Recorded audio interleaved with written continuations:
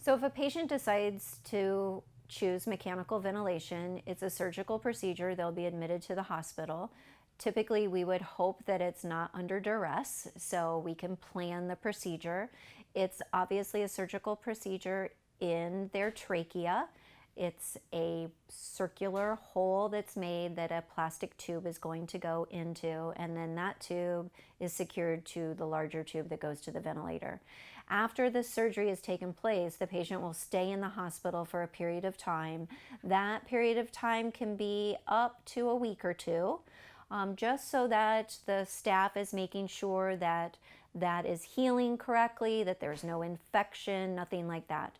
Then the patient is moved to an extended care facility, something similar to a nursing home environment, and that's where the family and the caregivers, those 2 to 3 people minimum, are trained.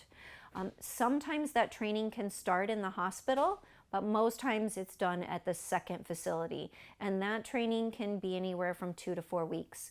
So I don't want patients to think that they're going to get a procedure that essentially only takes an hour or two, but they're going to be away from home for a period of time, and it can be up to a month, month and a half. When they're in the extended facility, their family is getting trained on everything: how to care for the trach, how to care for the site, how to manage the actual ventilator and all the bells and whistles that are involved, and how to clean all of the equipment and things like that. Then they will actually have those people spend 24 hours with the patient. The staff will back away from the patient and let the family do all of the care for 24 hours themselves. They'll still be there to oversee it, but they want to make sure that the family can handle everything on their own for a 24-hour period of time before they're discharged home. So I just don't want patients to think that it's this quick procedure and I'm going to be out the door and back home again. You are in a facility, not only in the hospital, but another facility for an extended period of time. If the family catches on right away and everything goes great, then that may be just a couple weeks. But if it takes a little bit longer, it may be a little bit longer stay. They will not release you until everybody's comfortable with the discharge and everybody feels comfortable, yourself as the patient and the family, in caring for you when you go home. Mechanical ventilation requires that a minimum of 2 to 3 people are trained to be able to care for that patient. Patient requires 24-hour care. They can never be left alone. And I think that patients don't really understand that. That means they can't be left alone when their primary caregiver takes a shower.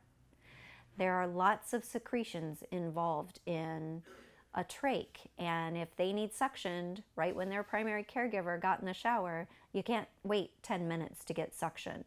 So it's constant care, and you need a minimum of 2 to 3 people, because what if your primary caregiver gets in a car accident? What if your primary caregiver needs an elective surgery and is going to be in the hospital? So that will be required before you can go home. The other thing that you have to think about is, if your primary caregiver can't do it all the time, maybe your primary caregiver still has a full-time job. What is the cost of hiring a home health care nurse to be able to care for you when your primary caregiver is not there?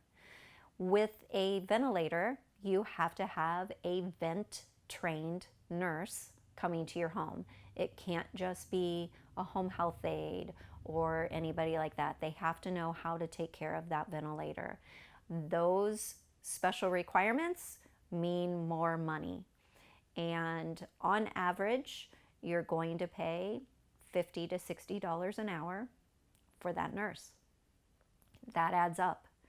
Even if you just think about, my caregiver needs 8 hours of sleep a night, and I'm just going to have somebody those 8 hours.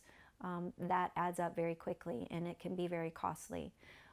It also comes down to, the patient is usually bedbound. Even if they weren't bedbound before the ventilator was placed, their disease is still progressing. They're attached to the ventilator with a tube. That tube is only so long, and they have to be with it 24 hours a day. So lots of times it means that they're not going out anymore.